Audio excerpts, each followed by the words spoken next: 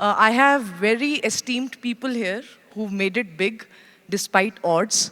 And I would request each one of them to briefly talk about their journeys, just to give a context of their work, and then we'll get into discussion.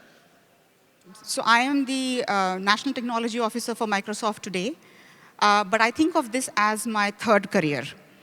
My first career was in R&D, and I was working at AT&T Bell Labs in a very different world, doing research, publishing papers. And then I switched, and I would say my second career was in business. So I spent some time in consulting at BCG and IBM. So this is my third career, which is the point I make is that I've been reinventing myself almost every 10 odd years, which is a plus and a minus. So we can talk more about that. Thank you. Hello, everyone. Sumedha here. I'm a first-generation entrepreneur, and the company that I run, Scintellect, has a product called Right Profile. Right Profile is an end-to-end intelligent underwriting platform for the new-to-banking, new-to-credit customer. I'm a first-generation entrepreneur. I worked for 10 years before that, and I worked with a fabulous organization. There was diverse learnings, diverse opportunities, but I needed to do something disruptive, path-breaking. And the only way I could do that was to go out and build something myself. And as Rohini said, during the course of the session, we'll talk more. Hi, my name is Amor Maclang. I'm as much a Filipino as I am a woman, and we hope to be able to share with you how our female and our Filipino tech journey is, with the hope of inviting many of you to come and collaborate with us. I'm the Executive Director of FinTech Philippines, and also the co-founder of Geyser Maclang. So we have a poll which we would like you to look into. So can we have the first question, please? So the question is, how many of you have diversity targets in your group or in your organization? You can see that on your app. If you go to the app, the questions are there. Request you to answer those.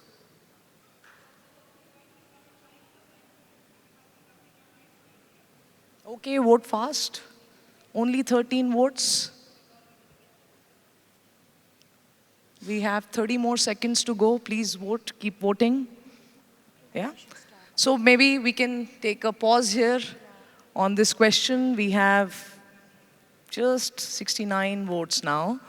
As you can see, 55% of people have said that they have targets, and the rest, they said they don't, and some have soft targets. My question to the panelists is in no particular order. Do you think these targets have helped you in your career? If not, why? Do you see a difference between how organizations look at women versus their male counterparts to succeed? So that's my first question to the panel. Okay, so let's go back a few years. I have some 20, 25 years behind me, and I don't think the conversation around diversity targets was even on the agenda, even maybe 10, 15 years back. So I wouldn't say my journey has, at least in the early part of my career, has had a lot of diversity targets issues. But the one reason I am here today is because I'm seeing diversity targets, and the term diversity is backfiring. And today people have diversity targets, but I'm not so sure it's serving the purpose it was meant to serve. I tend to agree. The word, I think, diversity has given way to something more in tune with the times, which is inclusion. I'm the chair for marketing and public relations for the Institute of Corporate Directors, and one of our key thrusts is actually to create better inclusion at the board level. because it's a very top-down approach. And we've seen that in industries that have taken up technology, especially in banking, financial services, women continue, unfortunately, to still be marginalized in this day and age. Um, you know, in the world of entrepreneurship, there are certain metrics you look at for success. And one of them is, for the good or bad of it, is the raising of private equity. And typically, I would assume that in the world of entrepreneurship, success would depend upon the underlying business idea, the founder vision, the team dynamics, and the scalability of the product. I don't see gender anywhere in that. These are competency-based, these are skill-based, these are passion-driven, and I don't really see gender in that at all. So, and we, in the world of private equity, really don't have diversity. There is no diversity candidate for the good or the bad. So, I'll come to the comment you made, Rohini. You talked about targets backfiring. Can you speak a bit more about it and tell us? We have room full of HR people, so there's something for us to take from here. So I think the intent, clearly if you look at the numbers in the technology world, or pretty much look at many industries, we haven't reached the numbers where we can say, yes, we have achieved enough diversity and we are at a place where we are including, to use the word inclusion. I think the intent is right, but I think the why, the actual, the philosophy behind the intent, as a community, we are not translating that into action. What I mean by that is, I know of successful women who today don't want to be associated with diversity programs because they are finding that all the blood, sweat, and tears that they have put into coming to where they have arrived is being diluted, is being marginalized to say that you've arrived where you have because of diversity quotas. So it is really, really important for us to do some soul searching to understand what is the objective we are trying to get to and why, what is the fundamental reason behind it, and really rethink targets, because people, even after having worked, after having come to a particular position, are not owning this agenda. So, and Sumedha, you mentioned about the private equity space not having any women. How difficult has it been for you to be in that space? What did you do differently? Or, what made you successful in this space, given that you don't have many women to look around and get support from? So there are some women, very few, very minuscule. So just to throw some figures, in the first quarter of 2019, there were 190 deals of US 4.1 billion, out of which around 98% were typically male founders. So yes, did I face challenges by heaps and bounds? Typically, beneficiaries of private equity have historically been men, and I'm sure for rightful reasons, but they're associated with high aggression, skill-taking, risk-taking capabilities, clarity of thought, and somehow these were not associated with women. So that was the first stereotype that you have to break, that, hey, I'm equally good at doing this and perhaps more. And you just have to be at it. You just have to say that, I can do this. And we are large consumers within ourselves. As women, we use e-commerce, we use traveling sites. So we are a big mass today, and you can't ignore that. We are consumers of tech. We are the audience. So just be at it, be gritty, be resilient, and you'll get out there. And, Amor, you talked about being on the board of some of the companies, as well as your background is very interesting, coming from communication to fintech space. Your thoughts in this area, what made you be where you are? What skills you thought that were unique to you? We talked about it briefly before coming here, so you would want to share with the audience? Yes.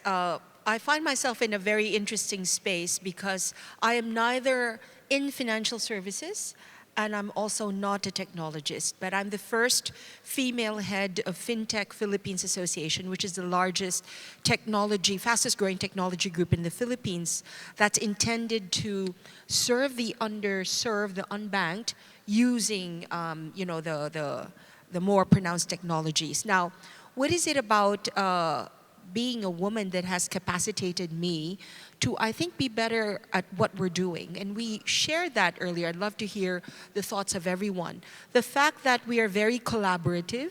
Instead of competition, we resort more to co-opetition. I remember one of the first things I did when I got appointed into this position was to open up the ecosystem to all the banks. Everyone was saying that fintechs are out to eat the lunch of the banks, but instead, let's work together instead of competing in the same space. I think that's one. The soft skills that we have developed through years of communication and engagement, I think has served to bring together the fintech community in the Philippines rather than make it work in silos. Great. So we'll get to the second polling question.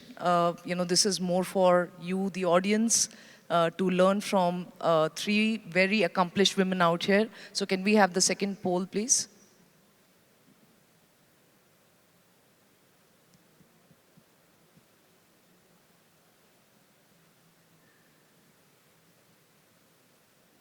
Okay.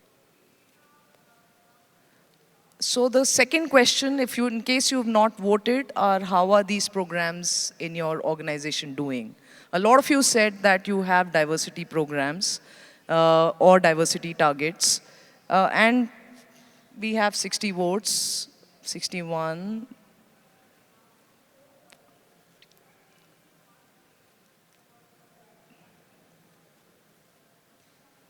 It's moving. Just wait for a few more seconds before we close.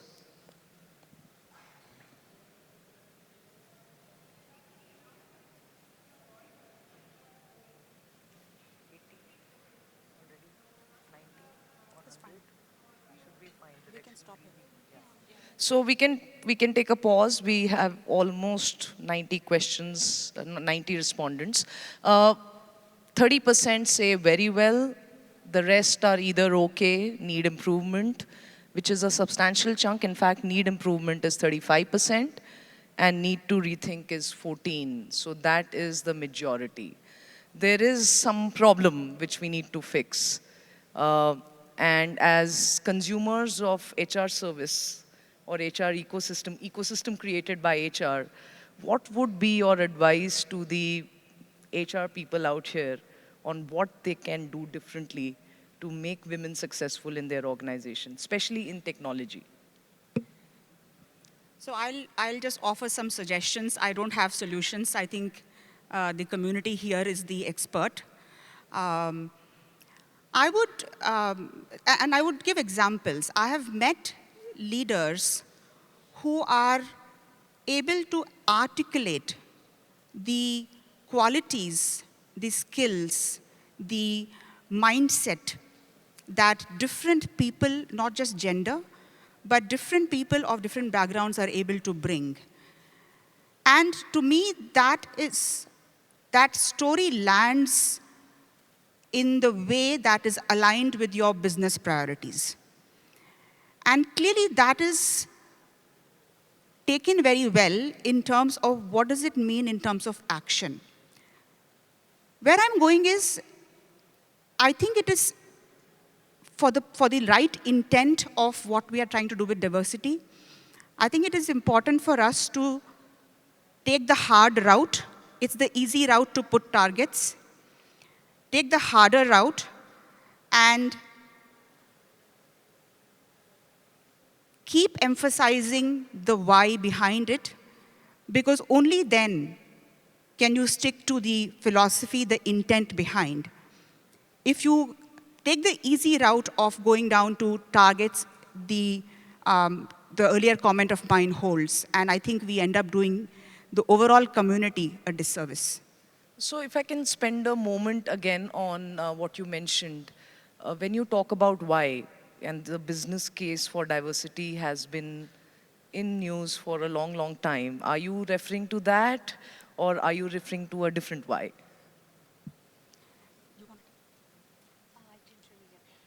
So the question No, I'm not referring to the business case. I think the business case is passé. I mean, there has been, reams and reams of papers and financial numbers, etc., out there to talk about correlations between diversity and diversity of all kinds, and financial performance, innovation. There is tons out there. I'm not saying that. I'm saying that if we have all really bought into those findings, if we have really internalized them, then we ought to be able to do a better job of translating those findings into action than a number. Just to add to what Rohini said, there are also a lot of stereotypes that we have. There is a narrative in our mind that a person in tech looks like this, behaves like this. There is no mindset or personality. To succeed in tech or any other careers today, you need to be agile, you need to be nimble. And from an organization perspective, it's very important that we challenge these stereotypes. Our support centers, HR steps in and challenges that. We typically see that within 5 years of women stepping into the organization, that's when the maximum dip is. That's when we need to get in and understand why. It's okay if they're starting a family. We need to get them back in. And that's when we can start. We start at the grassroots and then we move upwards from there. It's interesting we're talking about diversity when I think what we really should be focusing on is more on inclusion, which is its more empowering counterpart. To talk about diversity in terms of quotas, indeed, it's very disempowering, especially to women who've made it, right? It's almost like talking about segregation in the US in the 60s. The bigger challenge that I'm seeing as a technology leader in Southeast Asia, in the Philippines, is actually the generational gap, the exclusion that is brought about by the generational gap. And, we have big conglomerates who have the youth underrepresented for one. No? Now, one of the things that I concretely took away in this amazing conference, so SHRM India, congratulations for doing a great job, and we hope to be able to replicate your success here in the Philippines. Right, Gilbert? What we hope to take away is actually the ability to capacitate everyone, male, female, young and old, this reskilling process in order to make sure that no one is left behind as we journey through these exciting times of digital transformation. So talking about, challenging really the status quo or what you are seeing in the organization, do you think we as HR professionals are doing a good job? Have we improved specifically around diversity? If not, then what are some areas that you think will really move the needle in this direction? Actually, I was going to say even before your question that to me, I think it is not, the HR people can do, the HR as a function can do some things, but you cannot solve everything. And I think the point that I'm trying to come to is the harder path, right, the more difficult path, which is then having leaders across functions, across organizations, really question their unconscious biases.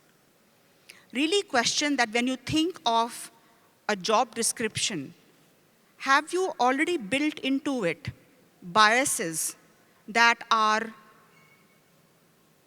putting off a certain group of people? Have you, when you think about your language, and I see that in my leadership peers, that very often we are saying our language uses terms which have building in those unconscious biases. So I think bringing that element of inclusion by getting the larger ecosystem in your organizations to think of unconscious biases is the hard path we have to take.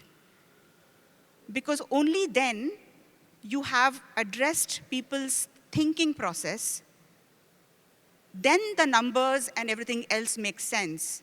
But that's not an easy journey, and it's not even a shortcut. It's a long journey, and that's why it's the hard path. You know, just to add to what Rohini said, I completely agree. It's not just that HR is the custodian of this. It really comes from business. It comes from leadership. And it's a mindset that, you know, what are the skills we're looking at? What are the capabilities we're looking at? And who has these competencies? And then that's gender agnostic. The challenge that I throw to many of the businesses here is actually not just to embed as many women leaders in the organization, but more specifically, women leaders in the board level. Because at the board level, that is where you shape policy. And to create mass uptake of technology, even within an organization, you really, I cannot emphasize enough, you need to start at the top. So moving on to skills, since we are talking a lot about unique skills and, you know, making it gender agnostic, in a technology space where it's ever evolving, you know, every day we read about something new. How do you keep yourself relevant as leaders at, you know, at the space that technology is evolving? Yeah, so that is the right question to ask.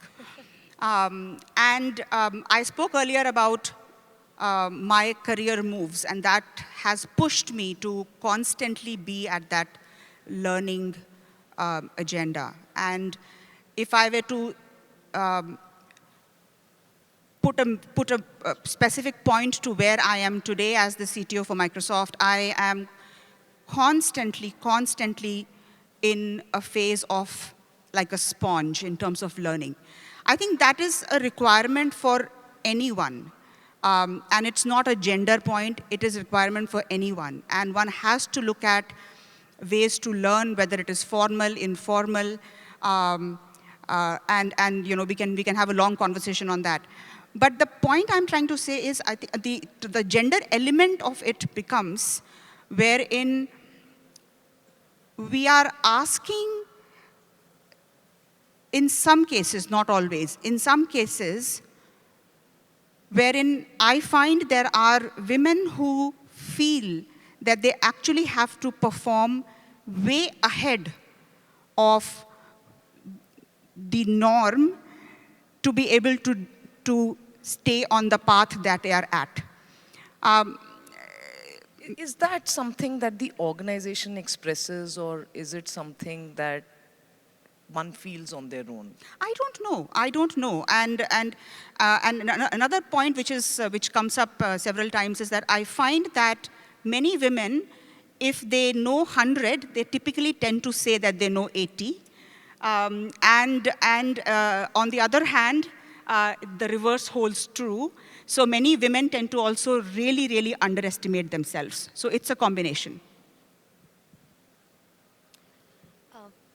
You know, I hate to be a party pooper here, but there was a recent study by Harvard which says that you know, students coming out of universities, and these are your Ivy League universities with cutting-edge knowledge and professors at the beck and call, would have their skills redundant in 5 years. Now, that's what we're looking at. And it's not just in the technology world, it's in the world we live in today. So coming back to your question, Leena, I would say that, you know, you have to first accept that we have to constantly unlearn. We have to constantly reinvent. And today, with the internet and within the world's our oyster, just crowdsource all the wisdom you need. Follow your influencers on Twitter, on LinkedIn. That's all you need to get the information. Constantly be relentless about business. I mean, I have gone through a phase where, you know, I was very enamored by the tech of the day, whether it's blockchain or AI. I would be like, yes, this is the tech of the day. But then how does that translate into a business matrix? Is that increasing my efficiencies? So unlearn, relearn, and be relentless about business. There's one specific aspect in the technology field that I've come to embrace, which would ensure that I would not be replaced by AI anytime soon, which is risk issues and crisis mitigation. I've realized that within an organization, very few people will want to solve other people's problems. And in the case of financial services, one of the most riveting projects I had to take on in the past 5-6 years was the involvement, unfortunately, of the Philippines in the Bangladesh money laundering issue, and we were part of the Senate hearing that tried to fix it for a financial services company. I trained specifically for risk issues and crisis, and never has it been more pronounced, the need for it, especially now that we're all journeying through technology and innovation. If you will decide to take on the problems of other people, believe me, you will be the most popular person in the organization. Especially if it's related to technology, cybersecurity, I don't think Deep Blue is going to replace you anytime soon. I think that's a great example of an area that shows how perhaps women learn and behave differently, and is a quality that you cannot put into numbers, but it's a soft skill that one needs to be more adept at in order to not be replaced by Deep Blue. We were just discussing here that, women typically short sell themselves and short change. So I'll just throw a number at you. And I'm sorry, I love surveys and statistics, so bear with me. So there was a survey done by Hewlett Packard, and they said that when there was an internal position, women only applied when they fit 100% of the criteria, while men applied when they fit between 50 to 60%. So kudos to all you gentlemen out there. So, I mean, there are clear messages that I'm hearing. One, of course, that 20% gap that you talked about, that women kind of underestimate and say that's something to address. The other one that you talked about is, challenging status quo. And the third, which is a very important point, is that it's not an agenda which is should only be driven by HR. It has to be owned by the leadership. And that's something that is absolutely crucial for us in the function to embrace and move forward to. You also talked about skills that keep you relevant, which will help women as well as men to stay relevant in the fast-moving pace. Now, what I want to also understand is, the topic that we have, there is underrepresentation of women in technology. And I think it does start from pretty much at a schooling level where people drop out, and there is a traditional mindset around, these kind of jobs are more for men versus women. What do you have to say about that, and how does a corporate organization help at that level where decision of a career is being made at school on which stream to choose? You want to start? One of the things that we're doing differently in the Philippines is to engage the youth as early as now. We do a lot of hackathons. I'm very happy that there is an HR hackathon that's happening. For every part, last year it was like the crypto spring. Every problem is solved by blockchain. But for us, every problem is solvable with a hackathon, and it has to involve the youth, right? So if we engage them as early as now and make them, the people on the spot, part of the solution, I think we have a very good chance of institutionalizing diversity, which is a verboten word for me, and inclusion. The issue here is really so multi-layered, and I agree with Amor. It starts so early, so it begins right at a very young age, where you see little girls come up to you and say, I don't like science, I don't like engineering, I'm a language person. Why are we having these? I mean, great, if you are a language person, that's fabulous. But there is an early fear, there is a phobia, which is very gendered. These are gender-driven subjects. And it starts from there. I think we need to start initiating conversations. I have a little daughter, and I tell her all the time, there is nothing that you can't do as long as it's illegal. Just stay within the right legal framework and go ahead. And from an organization perspective, I think we need more role models out there. We need far more women. I mean, I know when I started, I didn't know these lovely women, but Aruna Jayanti, Kirtika Reddy, these were women I looked up to, and they're a small tribe, but if we have more of them, just imagine the data sets we'll have to look up to. Yeah, I can completely agree. I think I would just add that as parents, as people in the society, as HR community, I think the point about unconscious biases comes back again, because what is the pronoun you use when you talk about a particular job role? What is the adjectives you use? These all are part of our language, and we all have unconscious biases. As human beings, we have unconscious biases, and we need to question those, and we need to take the responsibility of creating the width of opportunities before the next generation, because AI is here, and and the world of work is going to change very dramatically. And I would contend that people with both right brain and left brain skills will be needed in that new world. And so there is an opportunity for people with very diverse skills and interests in the new world. We are pretty much at the close. We have about 3 minutes to go. I would just open it up for the audience to also ask you questions. I have asked quite a few. So, audience, over to you. Any questions that you have for our panel members?